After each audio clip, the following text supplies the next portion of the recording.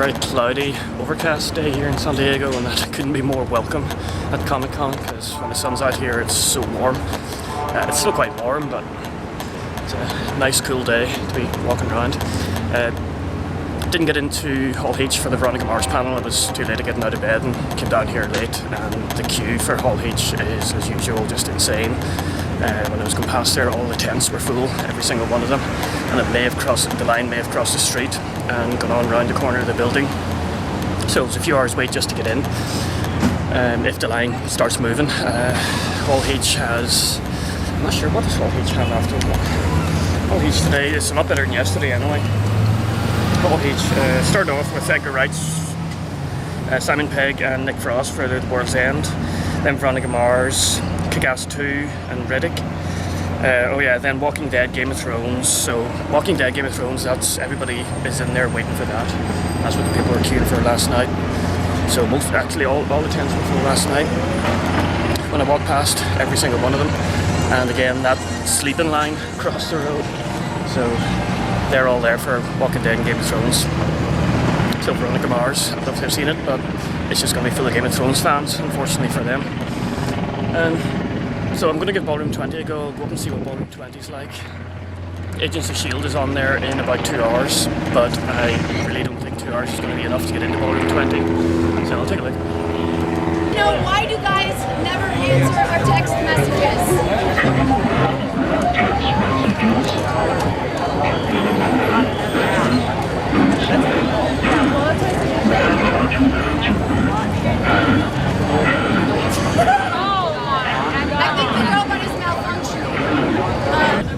Okay, so I might be a little bit lucky here. Ballroom 20 line isn't in this tent yet, so it does go all the way down the side, and all the way back again. I still think it's unlikely I'll get in for S.H.I.E.L.D., but it wouldn't be Comic-Con if I didn't queue for an hour and didn't get into a panel. So I'm going to give it a go.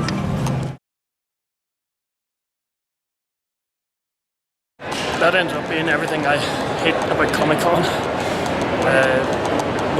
I was in line for the 90 minutes, and when I joined the line it was Legend of Korra was on in there, so I figured it was going to clear out because the next one in there was Bones. I was hoping that there wasn't enough of a crossover between Bones and Agents of S.H.I.E.L.D. so that there was that some of the people leaving would let us get in, but not enough left.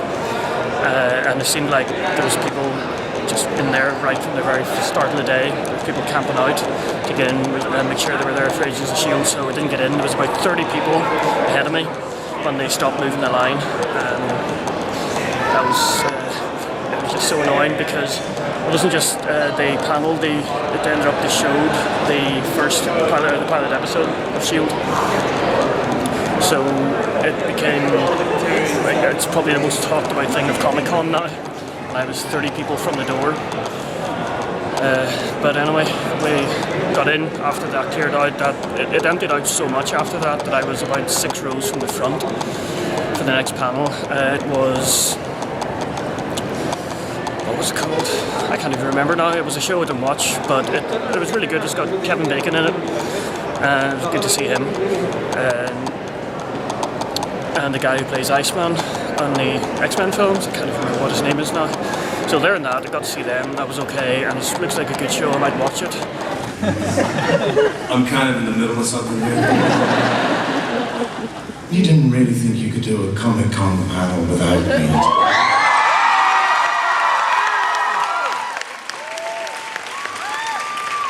I didn't know where to send the invite. Why don't you tell me where you are, and I'll come get you. Oh, you'll find out soon enough.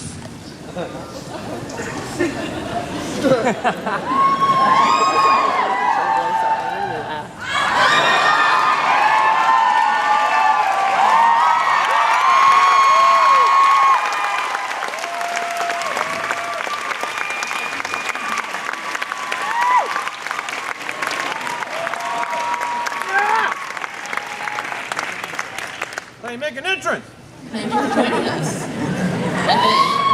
Hello, Comic-Con. I've so that was Almost Human. And it's a show that I actually wanted to watch. I've been looking forward to that, and it turned out we got to see the entire pilot. So Karl Urban was there, a bunch of the cast, and seeing the pilot was good. Probably wasn't as good as seeing the Shield pilot, but still something. Since they seem to kind of fancy you, why pick this project? Well, for me, it was a process. Obviously, I was working with JJ on Star Trek, and he called me up and said, I've got this most amazing project.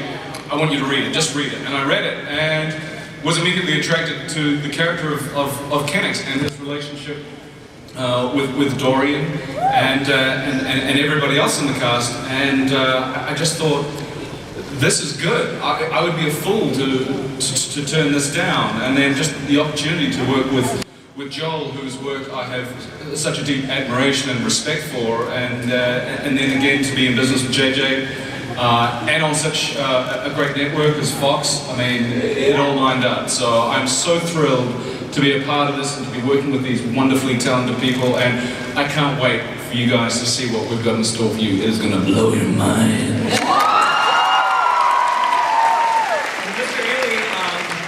So Joel told me that he saw a ton of people for this character. This is an important role, and you just nailed it. And he said that you also understood what he was going for. So how does one approach playing an android without coming off as like Vicky from Small Wonder?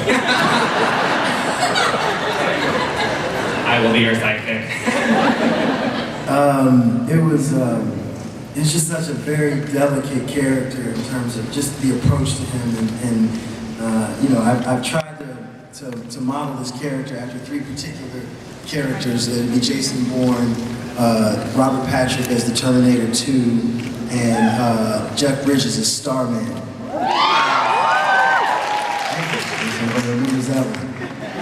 And so you know, that's kind of what got me started on this whole thing. And then obviously numerous conversations with Joel about the fine line between, you know, making Dorian real and making him cliche. And then went through a TV guide instead of all-star panel. I don't know what they call it, but you just have a bunch of actors from a load of different shows there. Asked them a few questions each, and that was pretty good. You know, on the Vampire Diaries, we had the luxury of staying at the end of the season and spending a whole month breaking stories further ahead for the next season. And on the originals, we made the episode, we finished the episode, we got the series order, and we started like 5 minutes later, and now we're shooting in a week. So we're very, very, very busy, but very excited about how rich and full and gothic and sexy and really emotionally powerful the world is shaping up today. So can you tell us a little bit more about Phil Coulson's fate? I'm afraid that I cannot. We certainly, I mean, I guess some people here know more than they can talk about. I guess we find out some, I can't talk about it. You know, I was dead on the carrier, in the helicarrier, and then I got a call saying, "Hey, it's the comics, you might not be 100% dead." Okay. You were dead! And at the same time, I thought that was kind of an important part of the Avengers, as Joss did, that, you know, it's not a place where there aren't consequences. So I wanted to know how he could be walking around in the Agents of S.H.I.E.L.D. pilot and not have it undermine anything in the Avengers. And when I heard the kind of complexity of Joss's take and the fact that we learned something in the pilot, but it really kind of, everything we learn opens up a whole other series of questions, I was instantly on board.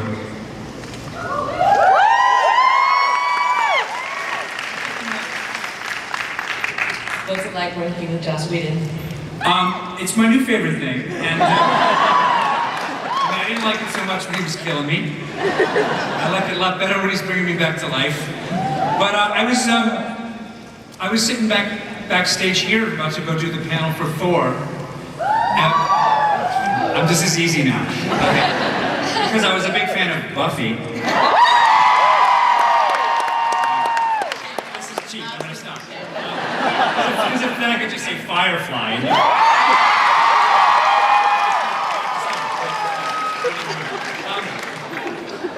And he said, I'm just... Setting the bar high for the rest of you I'm guys. so really sorry. And he said, you're gonna have a big part in the Avengers.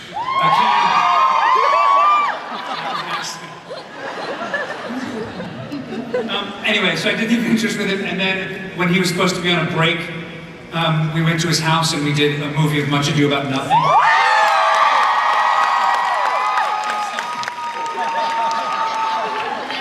I'm gonna pass to the next question. It is a struggle to actually really be a part of a group she wants to be a part of, while she still has those very, I gotta go do stuff on my own instincts very much alive. So, you know, she's kind of grappling with that a little bit. Will she and Rick finally trust each other? Oh, I thought that happened. No? I feel like they've bridged that. I think she chose Rick. You know, Michonne chooses her compadres. So she chose him, and it was just a matter of him catching up. As it should be. How much does the governor have a target on his back? You know, it is about, there is some unfinished business there. There's definitely some unfinished business, and what's exciting is that, you know, as was said, I can't say anything, but you know, what is exciting is that the way that he, you know, how and when and if he does reemerge is nothing anyone can predict. So that's pretty thrilling, even to be a part of it and also just to have read the script. So I was like, wow, the writers are really outdoing themselves this season.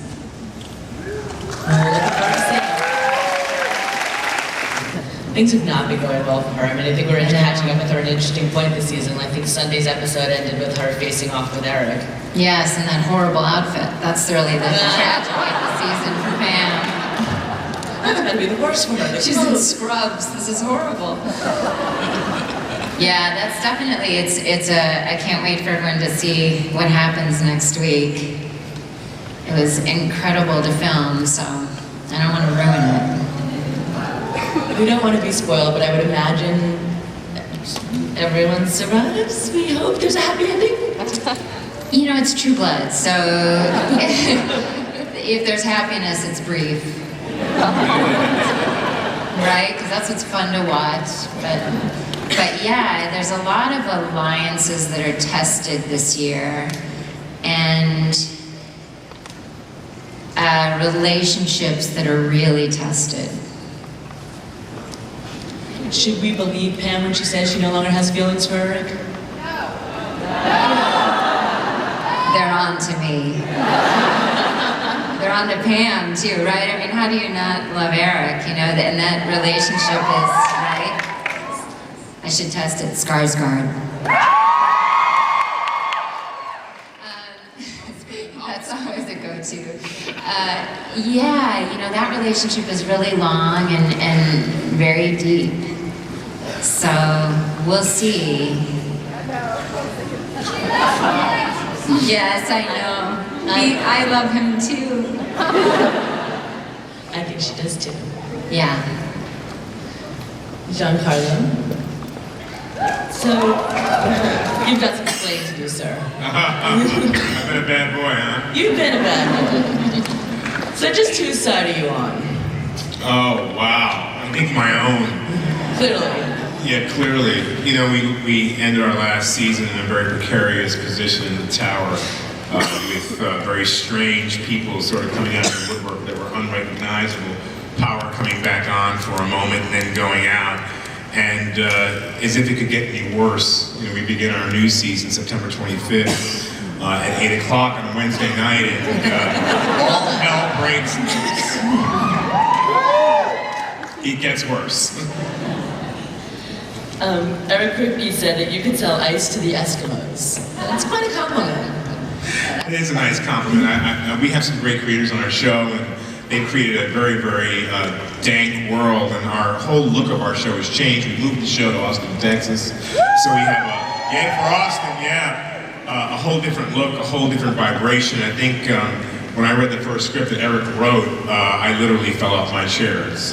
It's very daring and exciting television, and I think the fans are going to be freaking out. And then Joss Whedon, just on his own. So that was a fun panel. I've seen him do that before, did it last year, same sort of thing, just audience asking questions all the time. Very funny. Hi, Josh. I'm curious. I just blew up. Sorry. If you want to beat me to death, that's okay. I don't. Is that okay? Yeah. It's weird too, because I lined the trunk of my car and everything, and yet I'm just out of the mood.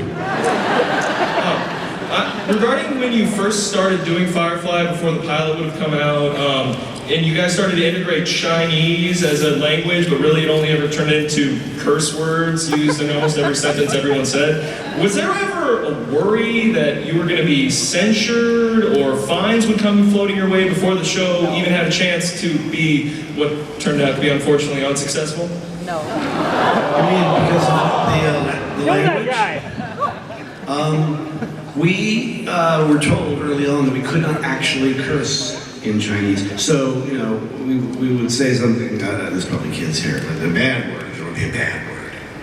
And they would say, you can't say that motherfucking word. And so we would just make up these, you know, explosive diarrhea, so we just make up something, you know, long and sort of random. So we knew we were, because they told us right up front, you can't curse in Chinese, Chinese people are going to watch this. We're not. They might.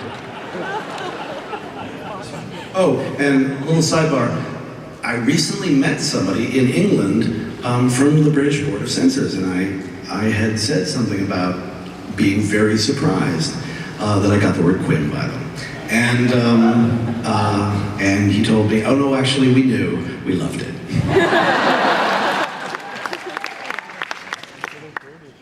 Yes, I'm a pastor by trade, and I loved Cabin in the Woods.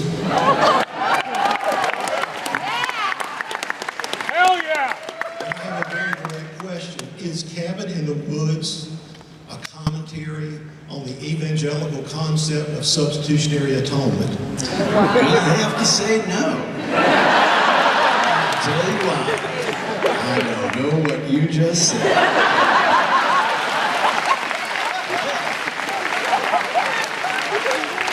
I'll also say it may very well be. Because, you know, these things are designed to have meanings broad enough to encompass people's perspective that I couldn't possibly understand. And I'm not just talking about BYO subtext in the shipping department.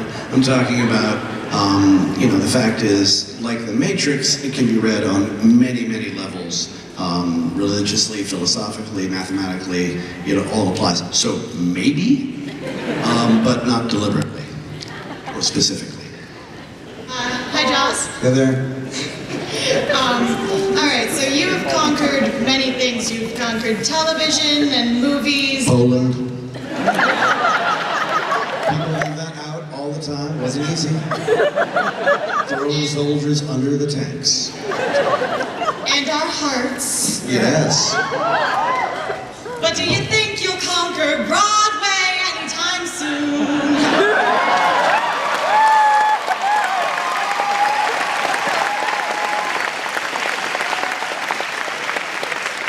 Yeah, someone was excited by that spotlight. That was lovely. Not anytime soon, because to do something successfully on Broadway, it takes many, many years of work. And unfortunately, I'm already booked for many, many years of work. So I would love to, I want to, but it's not going to be super soon. I mean, yeah, duh. I wear the hands of jazz. Hello, my hero. Hello, my villain. What moment, on screen or off, written, directed, etc., gives you warm fuzzies when you think back on it? Warm fuzzy moment. Honestly, let's go back to the death of Fred. And not because, you know, of the deaths particularly, but because of the work those guys were doing and the day we had, and you know, the capturing the end of it all in one take, having him read to her from A Little Princess, which means so much to me. That whole day was kind of magically exhausting, and for those who don't know, I may have mentioned this in some commentaries, I mean, but the shawarma scene at the end of the Avengers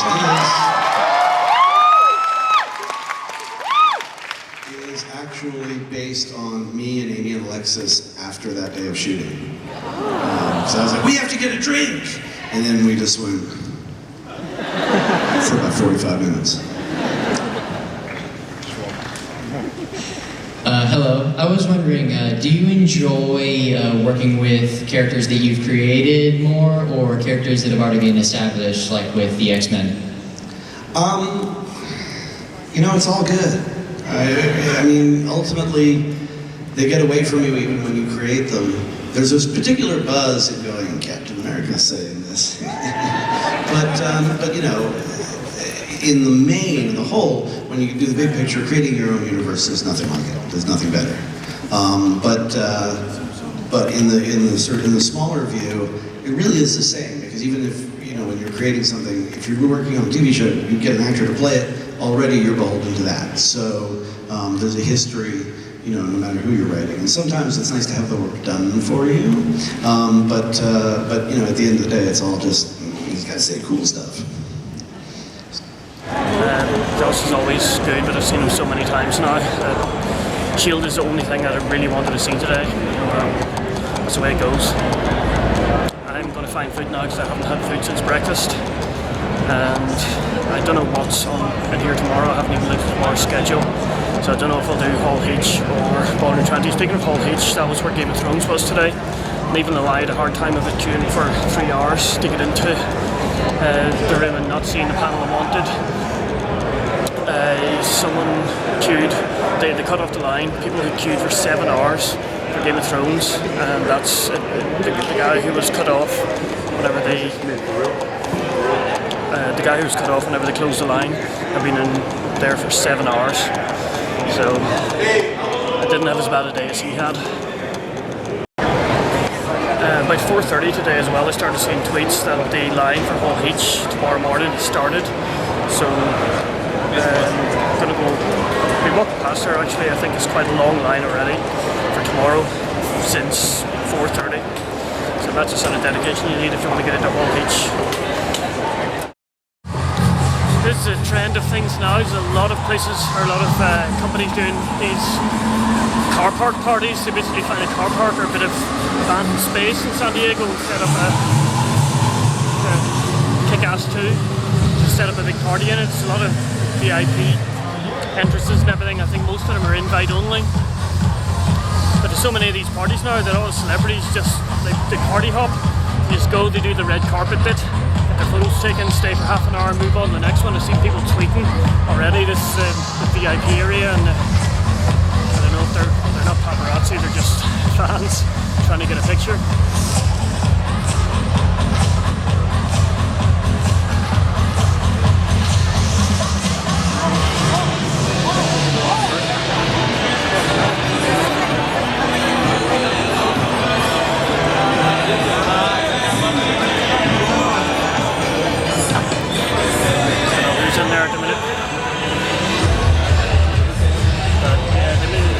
Like a pretense of covering it up with a transparent or semi-transparent covering. So that's one of them. There's another one further on down the street as well. The sci-fi party's on tonight. I thought it was Saturday night, but it seems to be tonight.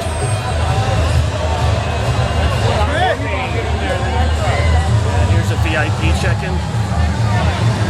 That would be the shit. Thank God.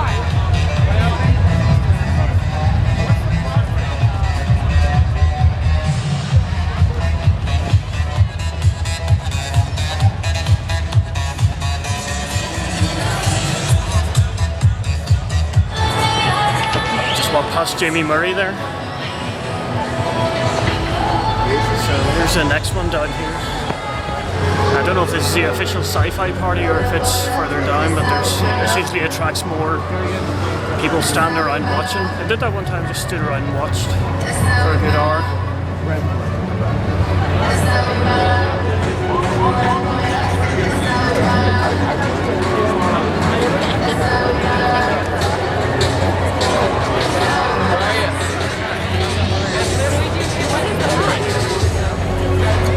Scoot in or scoot out.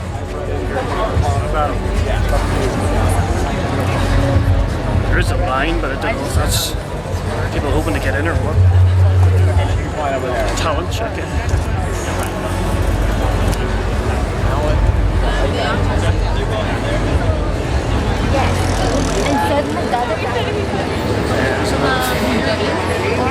Red carpet photos going on in there too. Yeah, that's kind of doesn't. I think that's possibly the Nerd HQ party going on.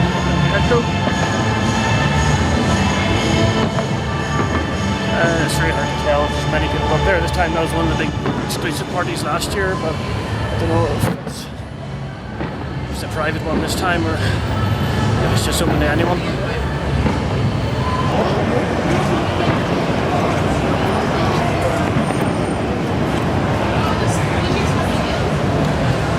So all the professional autograph hunters, you just have to bags and cases full of 10x8s. They stand outside the Omni, that's where a lot of the celebrities stay in this hotel. Whenever they're here, and I see them chasing some guy down there trying to get autographs off him. I have no idea who he is, but it's just ridiculous how what's going on here or something. It is ridiculous how they just get hounded here, not by fans trying to get photos or autographs, which you would sort of expect, but just the autograph hunters are unbelievable. They're worse than paparazzi here.